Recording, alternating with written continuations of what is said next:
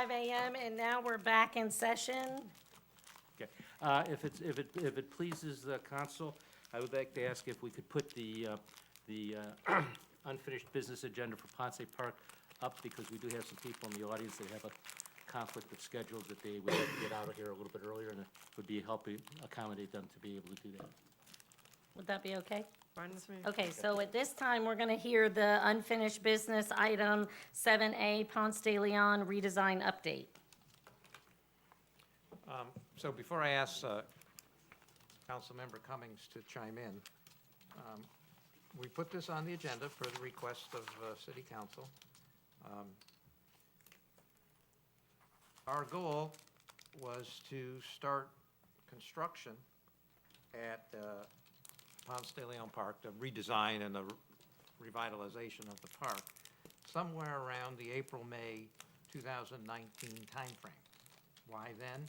Because that will be the time when the height of the season is over for the Peace River Wildlife Center to raise dollars to help their operations. We've had discussions with our volunteer engineering firm, Jim Hurston, and the latest conversation was he's a team player, and if we feel we need to move on because he has a lot of other commitments to finish the design and get some biddable documents, he's willing to do whatever City Council would like to do at this point. So, Council Member, you want to? Yes, on that regard, just knowing that the project had to get done, I talked with Jeff Weiler, and he actually offered that he would like to, he could actually stand in as well, and he could actually perform the work. So he's willing to do that. He told me the same thing. Mr. Weiler told me the same. Free of charge? Yes, I talked to Yes. him last night. Mm-hmm. Well, we're to this point, and we really needed 60% design plans today in order to meet that schedule that we have. And we could, I mean, we want to work in conjunction with the Peace River Wildlife Center. So if that's what we need to do, then I'm fine with that too. Appreciate the work that's been done up until this point. I do really appreciate it, but we need to get this moving so we can stay on schedule for next. Not that they're doing a great job with what they're given over there now, but they really need new facilities, and they have all this enthusiasm and support behind them now. We can't let it wane. Will you be able to give all your documents, all your documents over to Weiler Engineering? Good morning, James Hurston. Yes, I can do anything the city council directs me to do. But if somebody is talking to you about a no-fee bid, please be aware that it does include a new bathroom, and it does include the extension of a water line all the way down Ponce de Leon Boulevard, which wasn't really, conceived at the time. We were just designing the park. So just, if you're going to get free services, just make sure that's all included, because I included it. And of course, the Peace River Wildlife Center, their fees are included also. So if you're going to get a quote for freebie, include all that. Well, we're very interested in the park phase at this point, trying to keep that moving. Where exactly are we in the process at your end? We have probably had 6 or 7 DRC design studio meetings to develop the plans. I've looked at where we're at with the plans, and if I was advising a developer, this is what I would tell a developer, that we could be in for final DRC by September 30th, and I think at that point you could award a contract sometime in October and look at the bids between November and December. And I think at that point, you would have 13 months from, January to December, basically, to construct the project. Do you feel that you are not going to be able to do this for us? Well, that's where I'm at. I mean, That's where I'm at. if you want to do it and you think you can do it, I would like to continue with having you do it. That's my position. However, we do know we have a timeline, a defined timeline. And there has, it hasn't been without problems. I know the Peace River Wildlife Center, they've got some decisions to make, in terms of their building and their layout. There were some talks with Joe Boff, which affects what's going on out there. And so it just hasn't been without problems. I really thought we could utilize the existing bathroom. Personally, there could be some remodeling plans on the existing bathrooms, but it was the decision by staff for the new bathroom. Which I think is smart, because it moves it to the other side of the park where all the activity is going. So, and your, along Lynn's questioning, what percentage, because today was supposed to be a 60%, and clearly we're not there, so, Well, I didn't, I wish somebody would have told me that, oh, it was, per my contract, I guess. Well, the 60% plans can probably be handed in. But I was instructed that my next submission needs to be for final DRC, is where I'm at. okay, because this And says so we staff were- advised conceptual design was approved on September 6, 2017, and we've been awaiting on a complete set of 60% design plans. That was the agenda item. So, That is that's a DRC comment, or that's a board comment? that is the summary that was put together with this agenda item. I see. So you have those 60%? Well, I've turned in, several versions to DRC for review, and, basically got comments, and my next step was my DRC application with the final set of plans. Was the next step needed. Okay. But my experience, when you transfer engineering responsibilities, the new engineering firm isn't comfortable with what is available. They don't virtually like the way the electronics were set up. They don't like the layering system. They don't like the control. And it's typically, not a very, very smooth transition. Personally, that's just my experience over the last 35 years. But I would do anything to help the city. There's a big difference between putting together what we've done here for the park on a community-type spirit as compared to, I was under the impression that Weiler was, providing a proposal for the work. That's the first time I've heard that he would do it free status. Yeah, we would have to go back out for open proposals if that was the case. I see. Without having the 60% today, I think we probably should just move on so we Sure. can stick to the timeline. Sure. And I understand that timeline is April, May, was when you wanted to go to construction? Okay, If that's our goal, That's our goal. that's our goal. okay, sure. Yes? From a procurement standpoint, would we have to go out to bid, or would we be allowed to entertain an offer of Well, again, this is Service. volunteer service. Marion Pace, Procurement Manager for the record. Mr. Hurston was also a volunteer, which at that time we were negotiating a contract with CPH, and we decided to go with the volunteer firm. So we would basically treat Weiler Engineering as on the same basis and go through an agreement with that process. So we don't need to bid it? No. To see if there's anybody else out there ready to volunteer? Well, I respect, what Mr. Hurston has done for us and his willingness to participate and get us, to this point. And, as the city's representative to the liaison to the airport authority, it's good working with you. And Thank you. But we do have a project to move forward, and I think that's the piece that we need to move this project forward. I have a quick question for Peace River Wildlife Center. From your understanding, is Keith Toll still on board? And that was the impression I got yesterday, so if you could address that. Callie Stahl, Executive Director, Peace River Wildlife Center. Yes, Keith Tolles is still going to be our contractor to build the building we propose in Ponce Park. Great. And that was, I had a conversation with him yesterday, I had the same impression, so I just wanted to be, so that we were clear on that part of the project. Yes, definitely. Okay.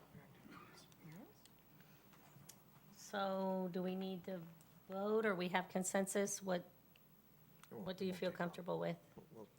I just asked Howard the question, what kind of time frame is involved in getting a new contract up and going?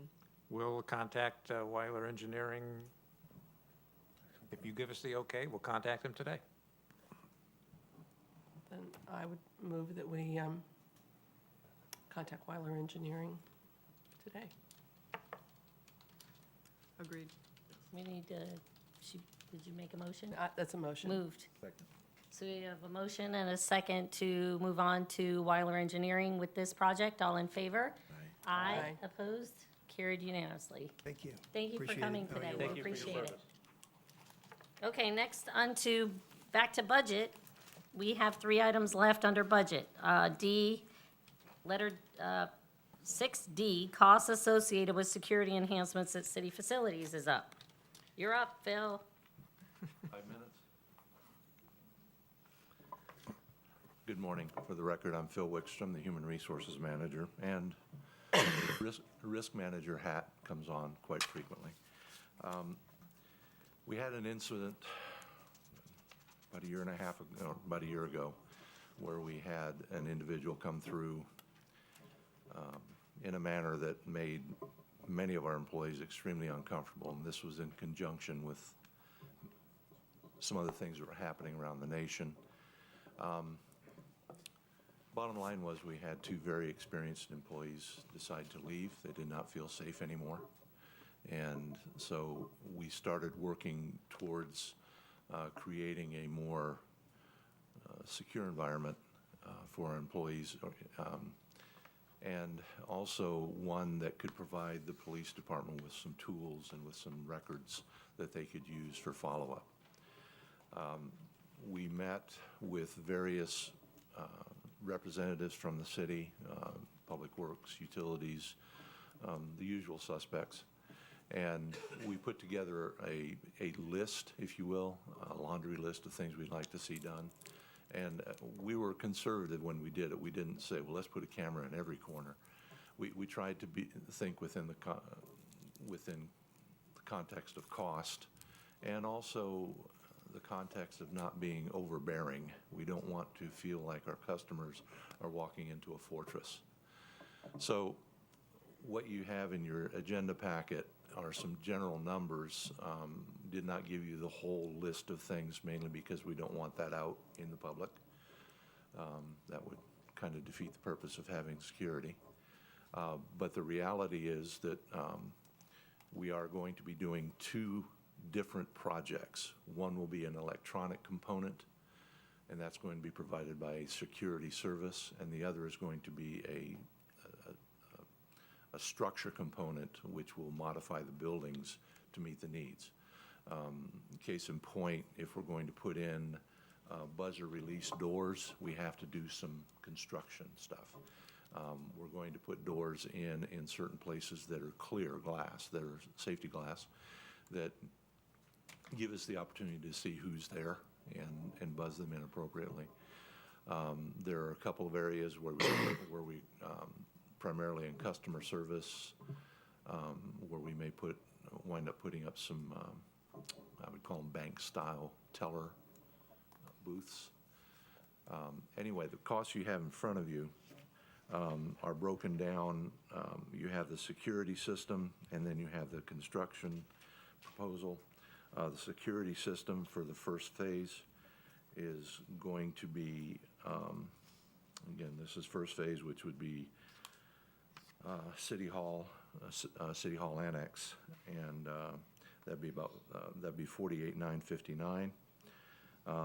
In the second, we're going to be doing public safety, public works, and utilities, and some other miscellaneous, and that's going to be $24,728. Again, that's the security component. That'll be done by that contractor. On the physical modification side, the first year summary is around 35,000 and change.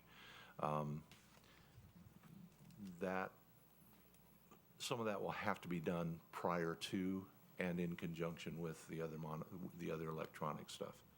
So we believe that the bids that we got, and believe me, the bid process was an interesting one. But we believe that what we got is fair pricing. It was not budgeted because this all came up in a non-budgeted way. It was not something that we could have foreseen coming. But it's in front of you. We're just about through 2018. So I've taken my 5 minutes plus a little bit, and I'll turn it over to you. The dollars you have are broken up by fund. When it says general, that's the special use fund. That will be the special use fund as opposed to general operations. Utilities, building, sanitation, and canal maintenance have a share. They all can support it within their budgets for FY19, 2019, and FY 2020. Then it will be in the budget for 20, just 19. We need to allocate Well, both. yeah, we're asking you to approve this so we can incorporate them into the 2019 and the 2020 budgets. Knowing what we know now that we didn't know then, this is a must. We must do this, so I'm all on board. We would just do an appropriation in the first meeting of October to adjust the budget since we had just finished completing our budget. Okay. Okay, thanks. I move we move forward. I'll second it. We have a motion. Can we second hear from our procurement manager? Marion Pace, Procurement Manager. I just want to bring to your attention, there will be ongoing annual costs for supporting and maintenance of the system for the software and hardware. Understood. Got it. We know that. Okay. We need to do this. So again, I move that we move forward. And I second it. We have a motion, a second, to approve the security enhancements. All in favor? Aye. Opposed? Carried unanimously. Thank you very much. Do we need, did that make an appropriation? Was that okay? Should we amend? No, it's fine. We will just bring it back on the first meeting of October with the appropriation language. Okay, all right, thank you. Next, we have discussion regarding creation of an assistant city manager position. Our job on council is, it's not just roof tiles. It's also to perform our short-term, medium-term, and long-term strategic planning for the city. And as such, in looking at the environment that the city is in right now, our future, in terms of financial security, our ability to preserve our small town feel, our high level of services, and our relatively low property taxes are contingent upon the city being able to positively benefit from developments at the Airport Authority, from Tucker's Grade, Babcock Ranch, Sunseeker, Murdoch Village, and having a proactive annexation plan.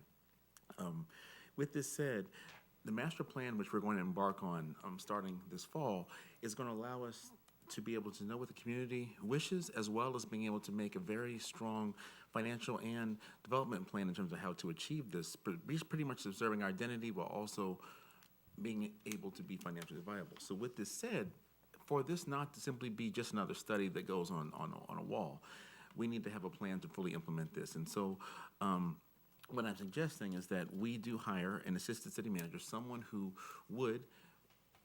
be in place, who would basically go through the process of going through the process of the charrettes and everything, that once Howard is retired, this person will still be in place for the next 10, 15 years to perform the role. Because what we don't want is have, like in the past, where we have a council that's very invested in it, and then we have people, and then all of a sudden, the energy's gone, and now it's stopped. And we have to really look at what Punta Gorda is going to be like 20 years from now. And so with this said, and I want to put one thing out there so people understand where we really are, even growth-wise, is that if we were to maintain, let's say, this idea that we can rely on residential taxes only, we have about 2,500 buildable lots left in the city. And let's say we were to go gangbusters and fully build out. What Punta Gorda actually gets from property taxes from the county per resident is between $300 and $800 a year. So if you multiply 2,500 times $500 per se, that's $1.25 million a year extra to take care of 5,000 extra people. Point being, in order to afford our future, we have to be able to really lean into the developments that are happening in the county. And the only way we can preserve our way of life that we know it as our small town Punta Gorda way is if we do this. And I say the only way we can do this is this study we're doing with Master Plan. We're going to come out with really concrete data from a technical standpoint about what industries we need to be into, where we need to place our energy, what we need to do. We need to have someone in place in a bureaucratic situation who's going to be in a seat for the next 10, 15, 20 years, who can actually be there. So when our council changes, they'll be committed to this. And I think it's just very necessary. Plus, from the standpoint of financially, this position will only be in place for no more than 2 years. I would say, based on Howard's plans, as well as in terms of thinking this through, I've even found grants that this person could assist in writing, which would actually pay for their position. I mean, I've already talked to the Director of Economic Development Authority, the administration out of Atlanta. There's things, they'll give us 50% marching funds for economic development things. We have the National Park Service Historical Preservation Fund. We have the National Maritime Heritage Grant Program. We even have the Florida Division of Historical Markers. Just as little things. I think very easily the person can pay for their existence, but I think more importantly, that this person would be a person who would be in place in the city to ensure the city goes where it needs to go for the next 20 years. I like all of those ideas. The problem is, right now, it's not in the budget, and we've had those other positions come up, so it would have to be a package deal when we consider those other positions, which we have put aside for this next fiscal year, as far as I know. I really like, if we did anything, I did like the city of Fort Myers, that they have this contract position. That might be one way to try it out. That's real. And if the person was, we thought they were the person, then we could extend that somehow. But I don't know, based on that, you got to look at the pro and cons, that if we did go with a contract position, then what kind of person are we really going to be attracting? So I like all of the ideas. The funding of the position would need to be a real commitment by this council. So I'm interested, yes. So I like the idea, but from a different angle. For me, one of the ideas would be we've been, and I wish Howard wasn't here to hear this, but we've been spoiled by having good, solid, continuous leadership on the staff that it culminates with Howard. And that's really what we're talking about. Howard's days are not going to be 10, 15 years out. He has stated that. We've agreed to that, and we know that. The question is how do we transition that as seamlessly as possible? And there may be several ways to go. I don't know that we have to do something today, but I do think it's important that we start the serious discussion today, because Howard has made a commitment that he's not going to be gone tomorrow, et cetera. And there's several ways of finding the person without having to go out, okay, we get 6 months' notice, and now we've got to find, to be able to, maybe for the want of a better word, is to test ride who we would like to see in that transition. And that person may come from our own staff, or that person may come from out. And if it comes from out, we could do something like a contract or something of that sort. But to start in earnest preparation for that. In industry, when you were in middle management, the way to get to the next level often is that you had to have your replacement trained.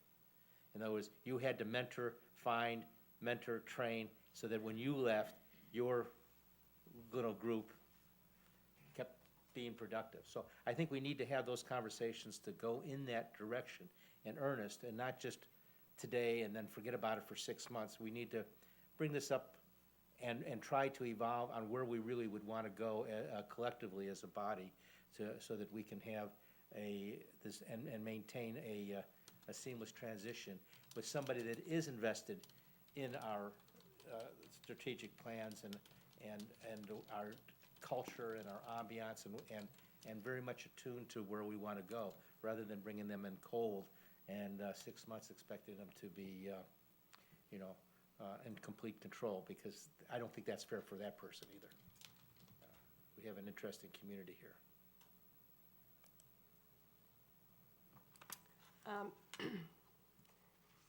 I like the idea of a transition plan, but I don't think that we need to do this. I think that once we decide we're going to start the recruitment process, I would expect whoever this is going to be able to come in. And I think the fact that we have gone through the process that we are going to go embark on will make us a very attractive community for someone to come to.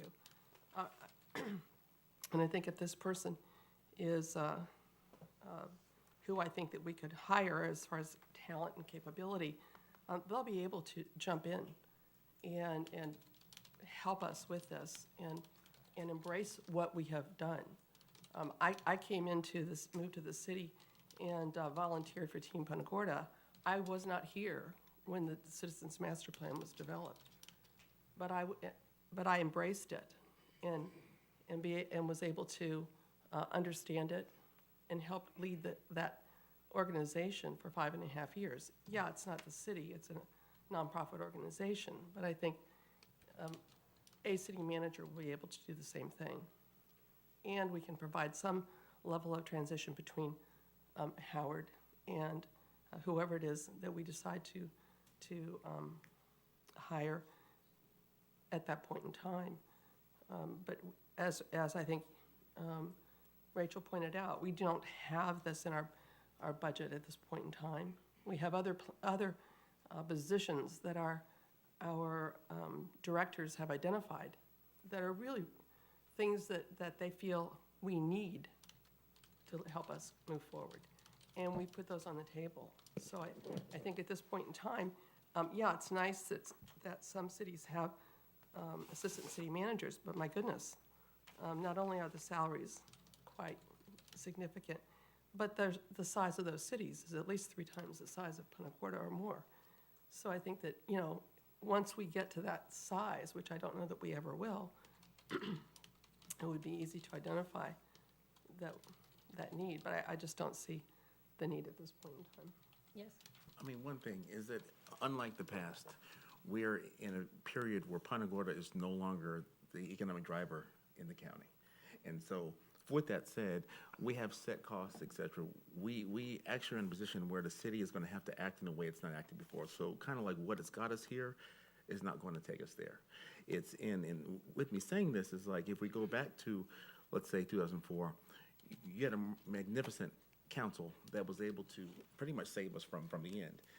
But with this said, they came in, had all this wonderful plan given to them, and because we didn't have that piece of implementation placed into the room, so when they left, it just didn't continue.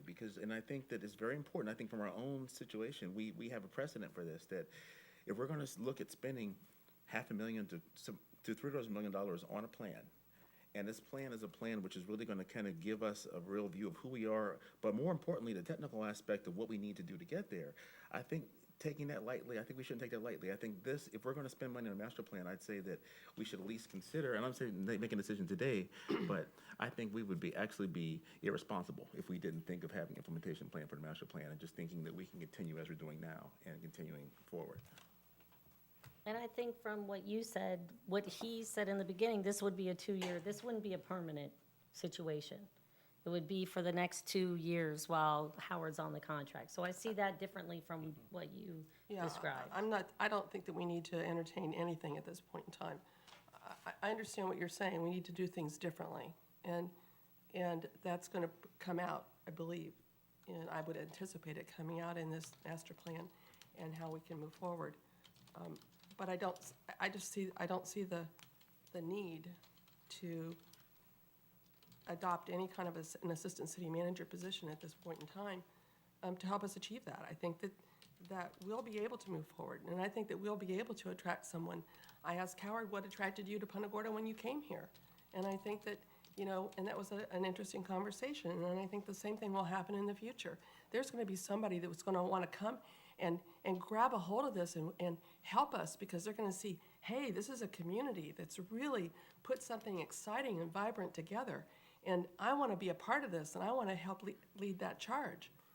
And that's going to happen.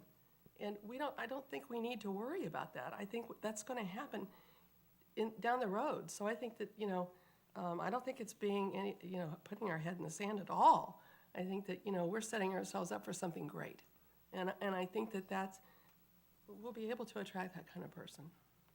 I think along that line too, though, at the conference, talking to city manager positions are very competitive now, and it's a different world. Politically, it's a different world. Public service-wise, it's a different world. It's a different type of job. We just got done talking about security enhancements. Why? Because things have happened here, and we have to address those. So I would love for your scenario to be, written in stone somewhere, but I don't know if I agree with that, Gary. Howard, how long have you been employed as city manager in this community?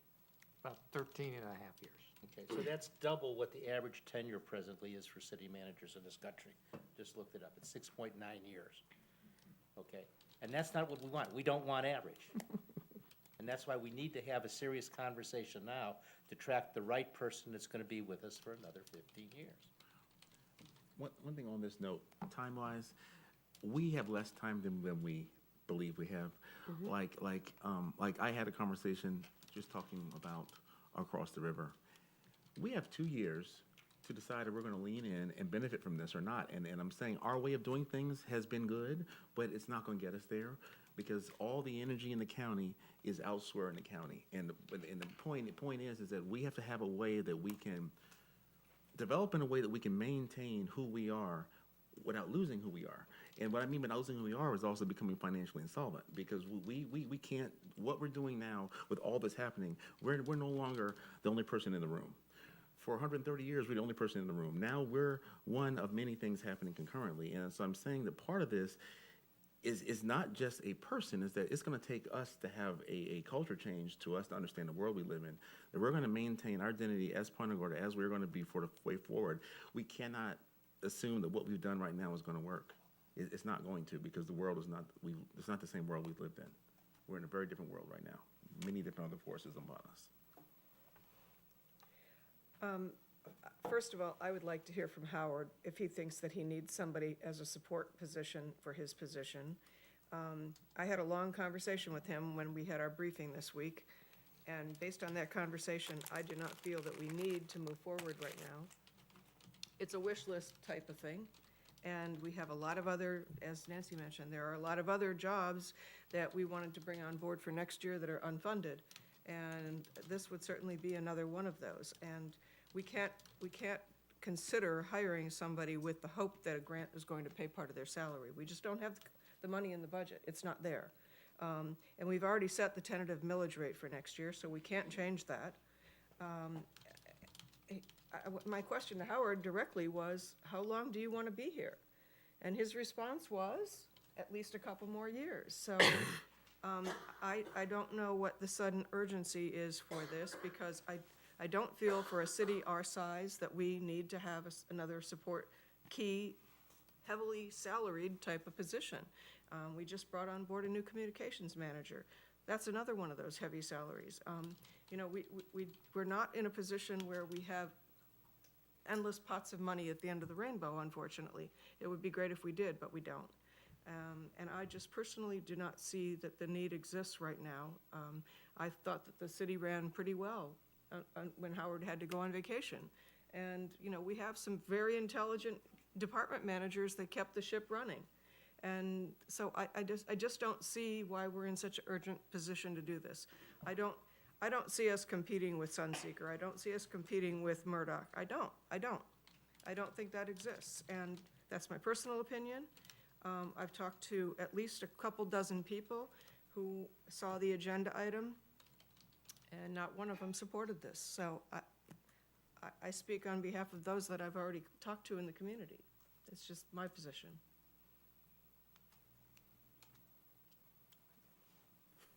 Gary? I'm somewhere between the two of you, by the way. What I'm saying is, we need to start having, we have started it today.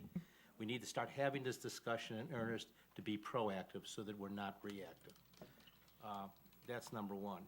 Number two, is I'm not sure that we don't have the candidate already. We just haven't, that they're already on staff. I want to emphasize that, because I think I've been pretty clear in my tenure up here, that I'm pretty impressed with our staff in general, Yeah. okay? Do they want that job, though? Well, and that's exactly my point, why we should be having this discussion now. And if there are individuals that may not have the full skill sets yet, but could develop those skill sets properly, then that's when we should start mentoring that person. Or if we do have another retirement of a major department that we have to go outside for, which doesn't happen often, but does happen, then we should, when we look for that, we should kind of have this also in the back of our mind. And then we shouldn't also rule out, as you said, is bringing in at some point in time, I don't think this year, but at some point in time, maybe a contract person that could be mentored to see and, test drive them for that 6 months or a year or whatever that contract is. I just want to emphasize that this community is spoiled, wonderfully spoiled. And it's because we have staff that, even though we don't pay quite as much, they still have loyalty to us. Even though we don't have as much overstaffing as other cities, they still seem to perform and step up. And they have demonstrated this really for the last 15 years. And so we've got great people here, and we need to see where we can develop those people and bring people in with that kind of culture. I go back to what I just pulled off on the internet. Howard's position doesn't have a lot of durability in most communities. We don't want that to change when Howard leaves us. I believe that very strongly. And that's why we need to have an earnest, productive conversation that begins today at this meeting and continues on from time to time so that we can evolve to make that transition when it comes, something that we really are comfortable with, a good quality, well-worn-in shoe that we're going to continue on forward with our aspirations as a community. And that's really where I'm coming from. I And don't one think- thing that you brought up, the communications manager, how many years did that take? It was in the strategic plan, marketing and was in the strategic plan for years and years and years until we finally formalized it and we finally decided to make a plan and put some money behind it. How many years did that take? I would say maybe 4. So, I don't feel any sense of urgency this moment, and if it was presented that way, I didn't feel that. So, I don't think it's urgent, so maybe what I would suggest is that we did not put the strategic plan on today's agenda. Why don't we throw that in there somewhere? Exploration of assistant city manager position, and have that as our discussion when we talk about the strategic plan. That sounds good, because again, like this, we're talking, if Howard's thinking of staying until, say, sometime 2020, that's not long, that's not far away.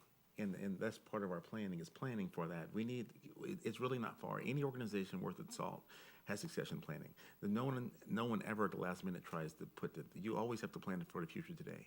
And so that's the thing about this, and I agree, this is a good. The Florida suggestion. League of Cities organization has had a 5-year succession plan. The deputy executive director will be, from what I see, the next executive director. They've been doing this plan for 5 years. The director is now 64. So this year, they put a committee together about the continuance, the new hire, the compensation for the new person. So they've been at this for a long time, and they're a great model to follow because they have a very hardy organization, but they really care deeply about succession planning, and they plan it. It's part of the process of their business, of their organization. I would agree of putting together a plan and for us to determine what kind of a timeline do we want to follow for a plan. And if we want to have an overlap, how much time do we want as far as an overlap? I would look to Howard to define what would be a reasonable overlap for someone to come in and begin to know us and work with us and that kind of thing. Those are some logical kinds of things in a succession plan to help our community continue to move forward. Howard, what kind of an overlap did you have when you came in here? Didn't have any. Okay. And you were able to, you were not a part of the master planning process, I don't, I went to some of the charrettes, even though I wasn't officially hired. okay. I mean, I was hired. I went to some of the charrettes, but my start date was a little after. Would you feel, I guess I feel like I'm interviewing you for a Courtroom radio here. show or something, but would you feel, though, that having a community that has had the foresight to put together a master plan like we are going to put forward, that would be an attractive thing for someone looking at, changing positions or wanting to come take on a city manager role? In my opinion, yes, city managers, there may not be a plethora of them out there. I don't know how, There's a lot of vacancies right now. There is. But in my opinion, Punta Gorda is an attractive community. You are going to have, in my opinion, not much difficulty attracting candidates. I think you will, if you choose to go to the outside. We're an attractive community, and the fact that we're going to have a new master plan in place with implementation schedules, people are gonna wanna come here. They're gonna wanna be a part of that. So attracting a candidate from the outside, again, whoever is on council, you obviously have to choose the right fit, but you're not gonna have trouble attracting candidates. Having said that, we are doing succession planning now. All the departments, we sent out the memo to you. All the departments are meeting with their staff, and seeing what kind of aspirations staff have in different types of positions. And it's incumbent upon me to do the same with the staff that report to me. And we will be having those conversations, and then by the end of August and September, we're gonna be putting together the next phase of our succession plan. So there may be folks out there who have aspirations to become more involved in a position such as this. I don't know. There might be. There's some that take over, obviously, when I'm not here. I mean, you know who runs the day-to-day operations of the city when I'm not here.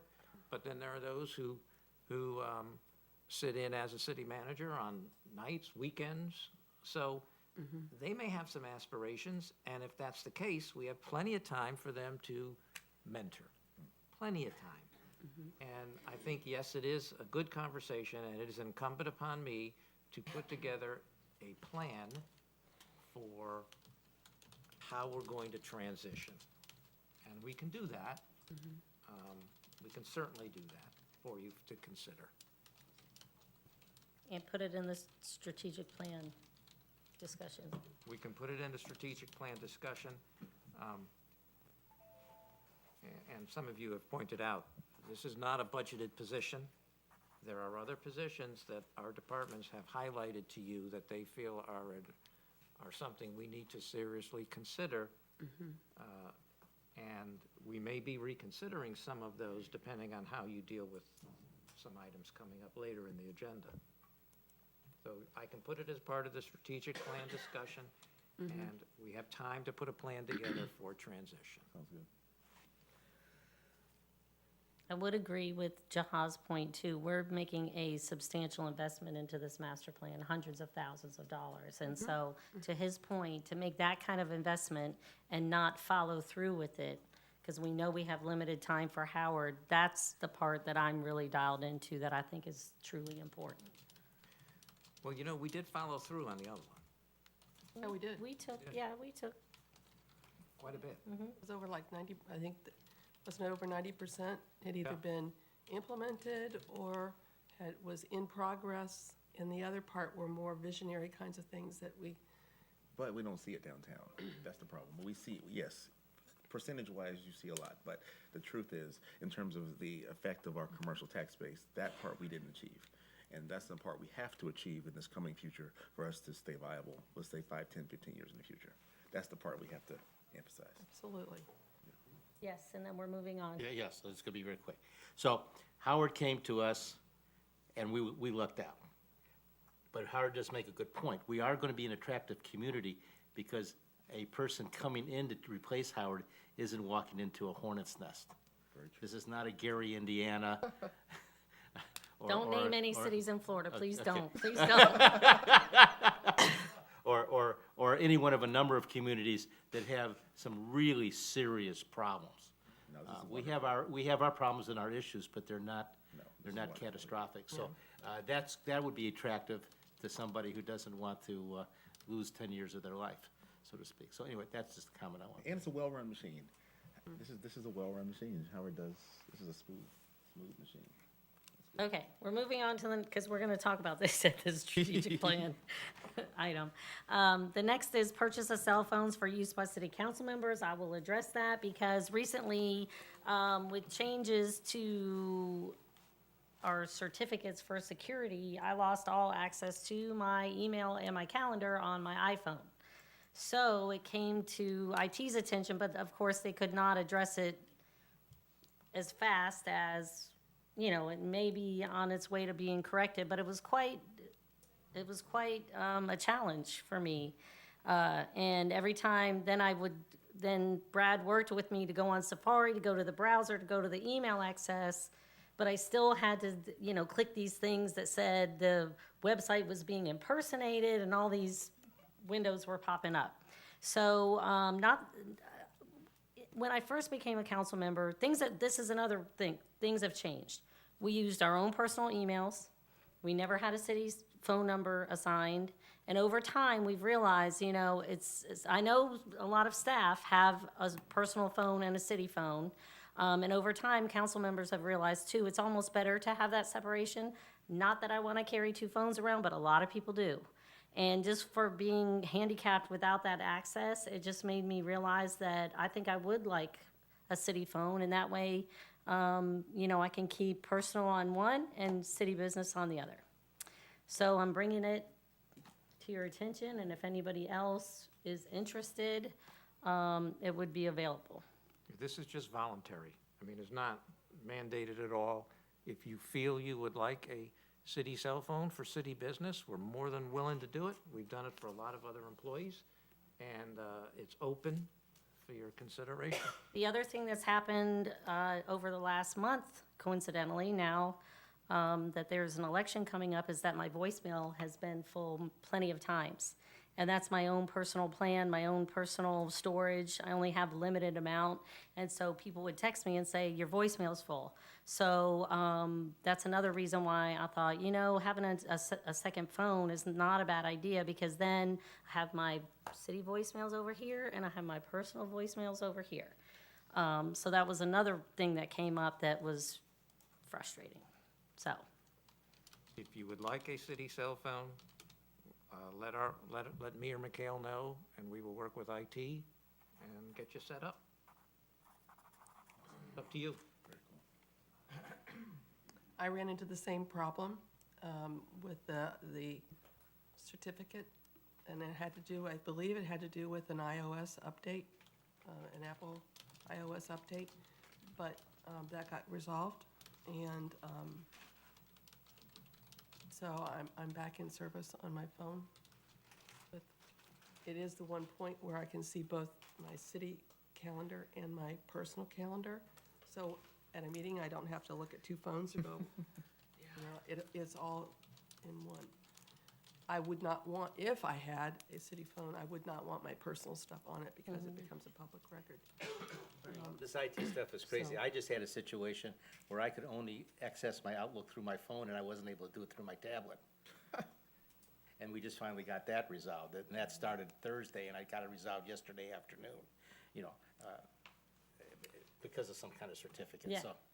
Yeah, It's an interesting quandary, you know, I appreciate the offer, and glad to know if I should decide in the future that I want to do that, then I will consider. I do feel that having the tablet, giving us a device to be able to conduct our business separately from our own laptops and things is really, it's really important. That is, but these are not cutting it, in my opinion. So I think we're on schedule to get a new set, hopefully in October.